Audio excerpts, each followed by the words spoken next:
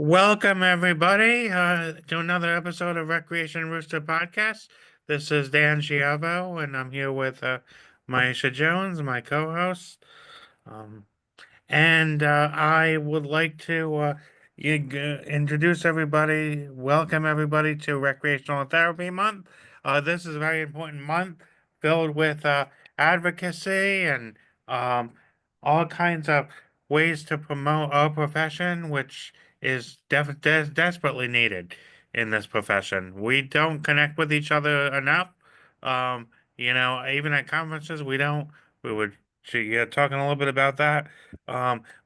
Bring things to conferences, leave business cards, take the opportunity to talk with the other people there and talk about what you're doing, what you want to do, and connect with each other. Um, leave materials with each other, business cards, follow ups, etc. That's how you build a network, and we need to stick together in this profession. That's extremely important. For this month, I was just, in my new full time position, I was just talking about how I'm doing a little bit of service coordination at home. So I'm talking about how I am using, this opportunity to teach about recreational therapy because some of the people don't know that much about it. So it's a good chance to advocate, and it's also like I was saying in New York State, the that could be uh, every level of the TBI waiver has can contain elements of recreational therapy, and sometimes there are recreational therapists, who are providing waiver services. So um, and I mean, of course, we have Maisha and Dr. Suzy Ross here, who I will is a special guest today, and I'll get into that. So I'll hand it over to Maisha if she's doing anything particular for Recreational Therapy Month. Uh, Thanks, Dan. Hello, everyone. Thank you so much for joining us for episode 8 for 2025. This is our live chat series, which is a special segment that we're doing in commemoration and building awareness and recognition for Recreation Therapy Month.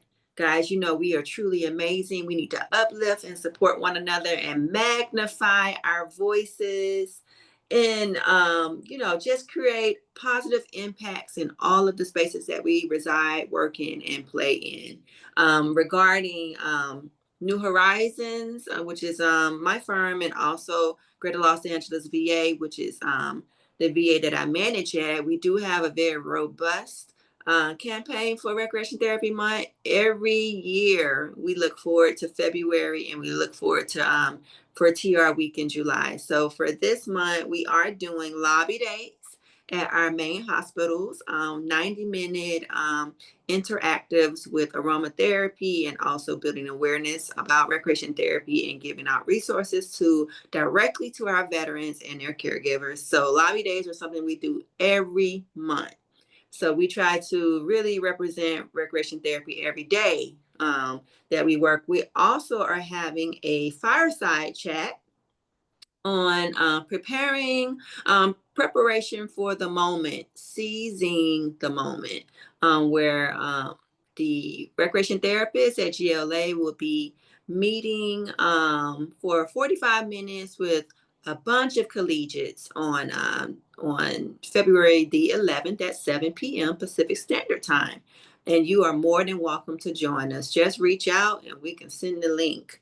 And we're also going to be doing just a series of marketing campaigns across the Veteran Health Administration enterprise with our public affairs office. So we're just really super happy to be celebrating RT Month. And as far as New Horizons, we oftentimes reach out to all of our contracted agencies that we work with and private citizens, and we give trinkets and gifts and give in-services and stuff to the line staff.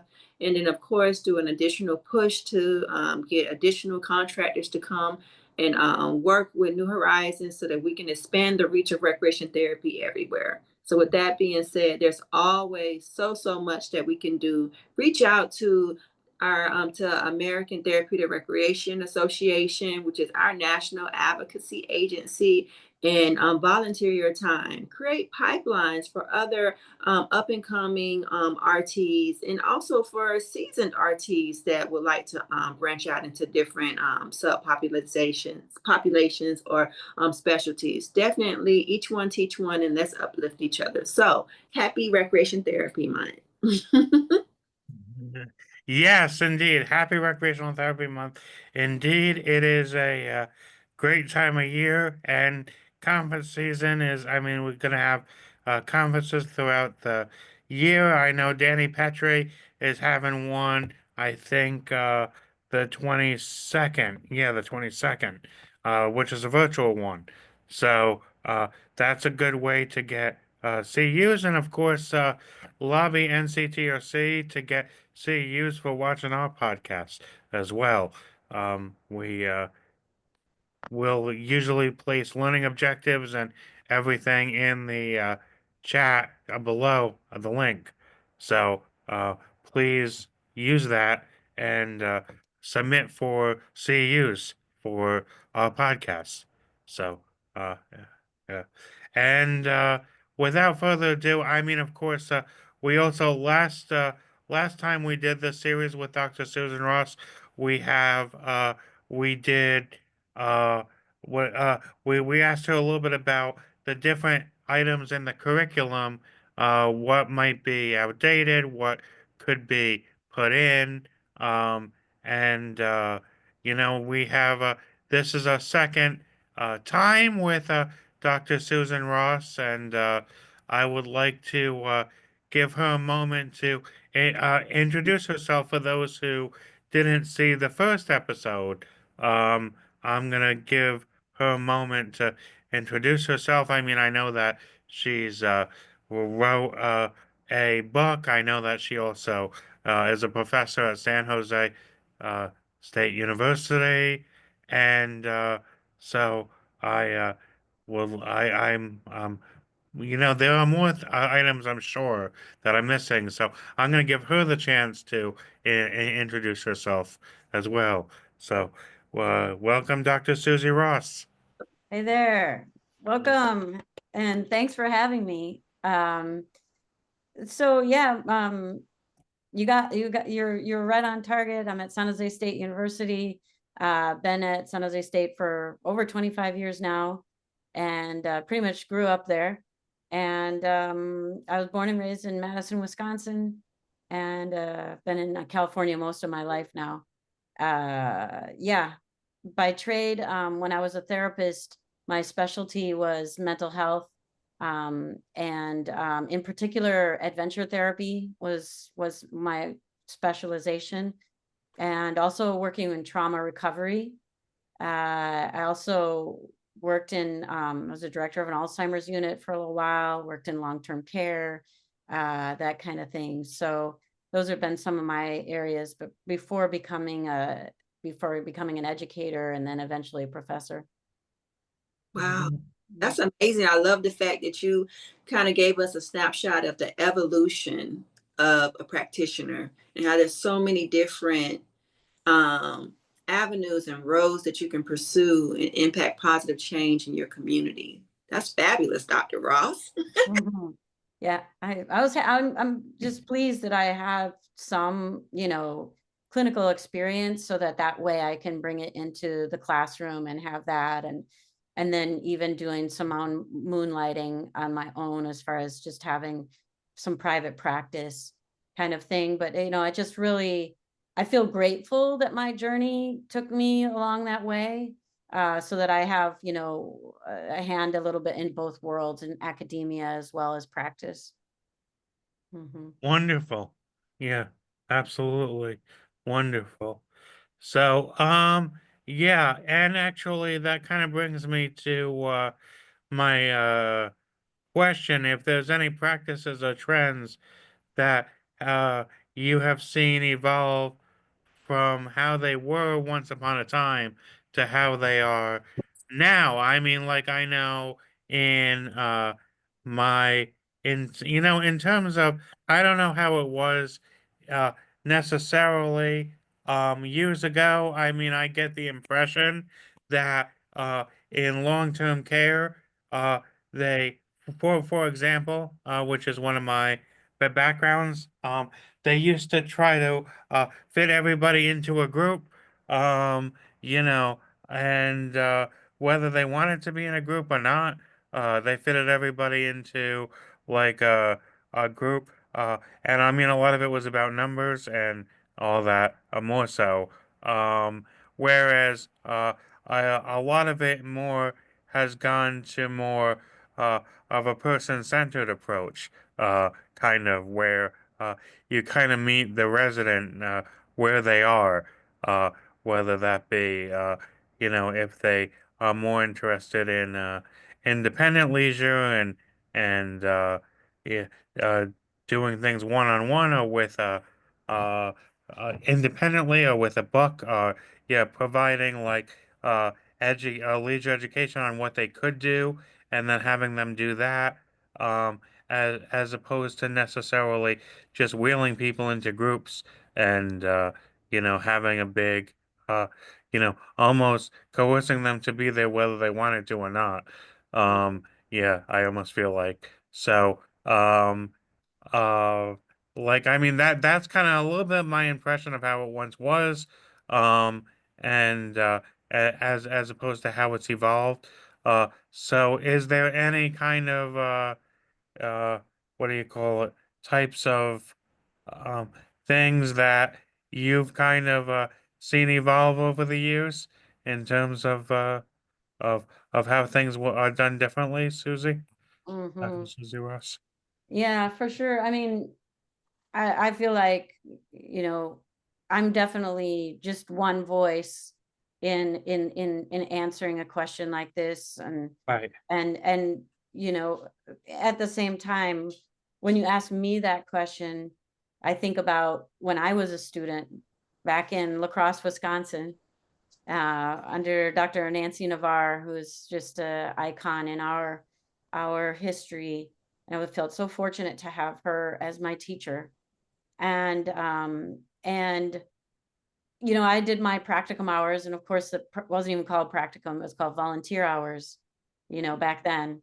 And it wasn't even that long ago that we were calling it volunteer hours. I remember actually when we did the shift, you know, on a national level from volunteer to practicum, and the paradigm shift that that offers, you Mm. know. And so that alone, you know, that wasn't that long ago, like what, let's say it was maybe 20 years ago that we went from volunteer to practicum, and it's something like that. And so, you know, when I was doing my volunteer hours, uh, you know, the APIDE process was not fully soaked in to practice. You know, that was clear. The precision of knowledge of diagnostic conditions, what wasn't something that was uh, im- impressed on. I mean, and I think the biggest evolution, a propeller of our evolution, has been our education, because it wasn't that long ago either that many universities around the country only had 3 rec therapy classes or therapeutic recreation classes. You know, Wow. like San Jose State, we had 3 classes. So many programs that basically were like a concentration within a recreation major. If it was Mm-hmm. concentration or an emphasis, you had 3 classes. That was, Mm. you know, and so when I first started teaching 25 years ago, we had 3 classes. That was it. Wow. And all the rest of the classes were recreation. Now, my personal degree was a degree in rec therapy. It wasn't a concentration. So I was very fortunate in La Crosse where I had like 8 recreation therapy classes or something like that. But the number of universities that have a degree as opposed to a concentration or emphasis, you know, is still in the minority. I believe is the minority is a full degree in rec therapy. And that can't be understated as far as the evolution of our profession in practice. Right. Because as I have been able to add classes at San Jose State, it was started with 3, and I think we're up to like 9 right now or something like that. And so I'm so happy because my students then, I see them go out in the field, and what they are capable of doing is so much more than they ever were at 3 classes. And so, for example, you know, even rec therapists who grew up with the 3 classes, you know, like that was their education, was the 3 classes, you know, the core of it was those 3 classes. And of course, you get out in the field and you learn so much more, right? But at the same time, if students have 9 classes and they're coming in with someone who even has lots of years of experience, but they only had the 3 classes, in a very real sense, some of the students are bringing new material in, as it should be, right? To season the field and advance the field with that new knowledge. I mean, that's the way it should be. And so I feel like that's been one of the most beautiful things to see, along with the evolution of APIDE really becoming a central conversation, a known language, as the backbone of what we do, and that's become such a central communication that ATRA has wisely, with Sandra Negley, I'll never forget, you know, when she was at the ATRA conference and as a president, and she gave this incredible speech about APIDE, and it really like soared across the country, I feel like, and just planted the necessity of APIDE. That I think alone is going to help continue to propel us forward. And I'll be quiet and see what y'all think about that. I can speak more to it, but I would like to fly that by you both, so I'm not just monologuing. Sure, no, absolutely. I have a lot of thoughts in a way. I mean, of course, I didn't realize that 40 years ago, I guess it must have been 40 years ago, right? That the APIDE process wasn't really fully, I guess, universal across the board. And also I also didn't realize in a way that in many programs only had like 3 classes. In and had it more as a concentration as opposed to a major. Um, that's uh, that's very interesting. So yeah, that's definitely a huge evolution in the field, and uh, yeah, that's a huge evolution in the field. So in a way, and that's good. That yeah, I mean, you've been one of the people that have moved that in the right direction. And yeah, you mentioned somebody else who had a great presentation on it, and that kind of got the APIDE process more universally recognized as a concept. So very huge. Yeah, yeah. Do you have And any thoughts, Maisha, or anything? sure. I was just busting at the seams when you was talking, Dr. Ross. Okay. Because I mean, specifically speaking about the practice of the profession, right? What it looks like, the variance of capacity and competencies that we see being displayed across different populations in different regions. I mean, we know just like any other discipline, you're going to have your hot spots or your, I call them inkwells, you know, kind of like this illuminary spaces in the country where lots of forward and progressive thought and practice is being put into place regarding teaching the practitioner how to be the best, most competitive practitioner globally. And I think that each professor has to understand that even though it is painstaking to make it happen, that we as RTs, we are global practitioners. We can go anywhere in the world and practice our profession. And in doing so and having that ability to do so, it is so essential that we get as much knowledge as we can get during the bachelor, during the master's, during the PhD program. And I think oftentimes what people don't really take into strong consideration is you may have some universities that are known for being, excellent at teaching recreation therapists how to be the best recreation therapists they can be. But really, harnessing down to, is it a concentration? Is it an emphasis? Is it a specialization? Is it its own degree? How many core courses are you really taking that really dives into the theory, principles, technical and practical application of RT? How many universities actually have research or are in collaboration or partnership with research organizations for the advancements of RT? I tell you, I go to conferences and I hear time and time again about research.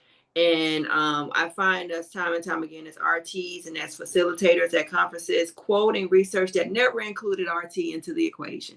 But because it overlaps into so much that we do in the health and wellness and in the social and behavioral realms, that we say, okay, there's a correlation there. We want to be in it. We want to be included and integrated. So I know me, if I was a new student for 2025, I would want to go to a school that had 9 courses versus 3. I know that for a fact, because I feel as though that would better equip me to be the best therapist, the most competitive, marketable therapist that I can be for the betterment of my community as well. So I think that trend that you mentioned, the change from, there being really, really strong curriculums being harnessed and promoted and taught in the schools is actually a great thing. I know when I was at Florida State, we were a specialization and we had 8 courses. But we did have some other courses that was recreation, because we were under the Recreation and Leisure Administration degree as a bachelor's. And then also, too, I did want to mention regarding when I've gone to conferences and I've had master's levels and PhD level RT practitioners speak and articulate. Boy, I've blown away by the level of competence and education and knowledge base that they have and the way that they have the ability to articulate that. That is no disrespect to any bachelor level, because I've also come across some very phenomenal RTs who stopped at the bachelor level, like myself. I stopped at the bachelor level. But I definitely say the more courses, the more knowledge. It really shows on the practical application in the profession. I did have a question for you, and this is one that I believe that any student and any professor may want to ask you. So when you lobbied to increase the number of courses at your university, what was the process of that? And is it something that's very attainable for other professors who might be looking to increase courses at their university? Is it something attainable? Mm-hmm. Yeah, I mean, in higher education, at least we kind of joke around that, things happen in glacial speed. And so it's like, it takes a year minimum to implement new curriculum, because you have to write it, and then you have to set it through a process to have it vetted all the way up, and be acceptable to that they adopt it and put it in the system and all that. And it takes like a year, and then getting in the catalog and all those kinds of things. So, but I think the bigger piece is, before you even get to that, is convincing your colleagues, like you just mentioned, and it's definitely a monetary decision. It's a budgetary decision to add classes. And so, in times of where you have a lot of students, then there's money, and then there's more likelihood that you can add classes to what you have. And so to me, it's always about building the number of students. If you have more students, then it's going to be easier to argue to add classes. But then there's also then there's also the challenge of the number of units that there are to graduate. So graduation requires 120 units usually. And so then there's general education units, and then and it comes down to the major, like how many units are in the major. Let's say it's around 32 units. So then you have these 32 units. Well, if you add a class in direct therapy, something has to go out. Yep. So it becomes a philosophical sometimes discussion among faculty. Well, we can't take this class out, that's too important, and so or we can't take this out because of XYZ. So then if you don't win that negotiation, you don't get to squeeze a class in and push another one out. And so that, and then there's accreditation, and accreditation is desirable. So then you want to have classes that meet accreditation. So if you have a really innovative rec therapy class that is a bit outside the norms of accreditation, then that's not necessarily going to fit. And so there are different challenges to it. But I think in these days, education, like healthcare, has become a business model, and so, education and healthcare, which is great and not great. And so when it's a business model, if you don't have enough students, there's definitely no conversation about it. And so, I've been able to bring it to 9, but I haven't, lately I have not been able to move it beyond that. Like, for example, I would love to have more practicum hours, more pre-internship field hours per unit, that kind of thing. Absolutely. I'm definitely in support of that. There's been a lot of talk about the use of pre-internship practicum experiences, and how employers across all occupations are acknowledging that having those pre-employment skills, the fundamental skills, the ability to synthesize information and come to conclusions, that those skills are things that need to be tightened up across all occupations. And I think that as far as with recreation therapy, that's definitely something with us that would be of high benefit and would give us such a competitive edge when it comes to entering new markets, new populations, and also in our traditional markets. So yeah, I can imagine the politics behind that can be quite treacherous waters. Yeah, right. They definitely can be difficult sometimes. Yeah. Well, I mean, of course, kind of like you mentioned, though, too, Maisha, is that a lot of the, research that we've used, I know that I've seen when looking up things even for academic-based subjects related to recreational therapy, is done by social psychologists and other of our sister disciplines, particularly psychology.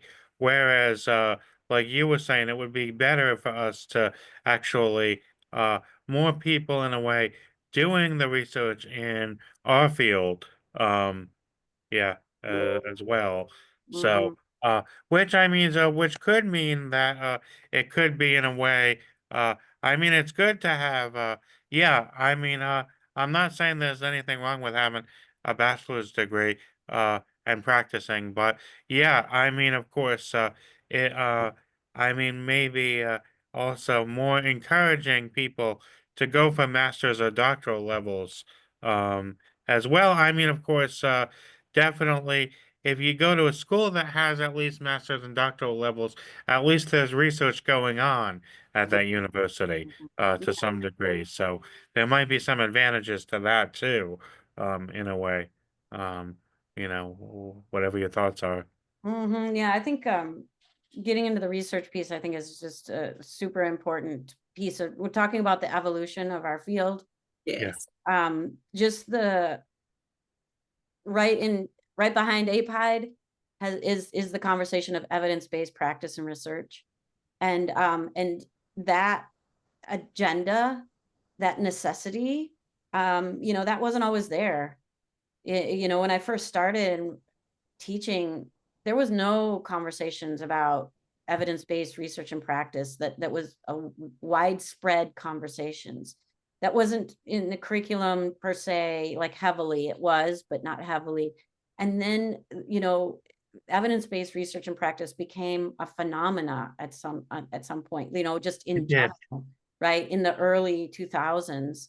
Yes. And that was really exciting. And then our profession did step into it because it became a phenomenon in our sister professions and most professions.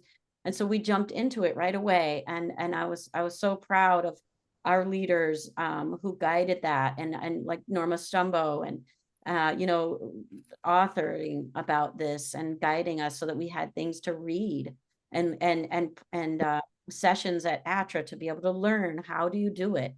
And I'm so proud. That's one of the things that I feel really good about, is I created a class basically on evidence-based research and practice so that these undergraduate students could graduate having completed an evidence-based research project in the field in partnership with a clinician, so that they could learn the whole process in practice, not in theory only.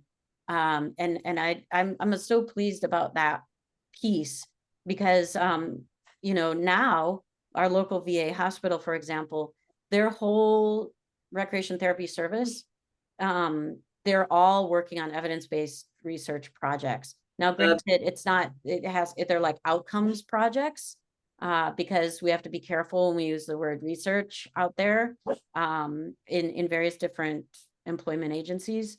But I'm so happy that there are agencies, there are at least VA and Valley Medical and Ability Path, all are working on creating evidence-based data collection, so that then they have this feedback loop of improving the practice that they have, improving the outcomes by constantly getting data back to say,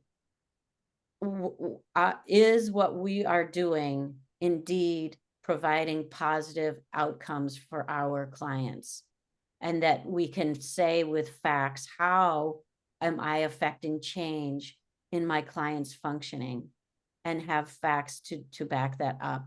And I think that's been a huge evolution that we have to really keep on at all levels. And so that would be something that I would be cheering on everybody to be able to learn how to do that. And then we could start really easily by just using a really good assessment tool.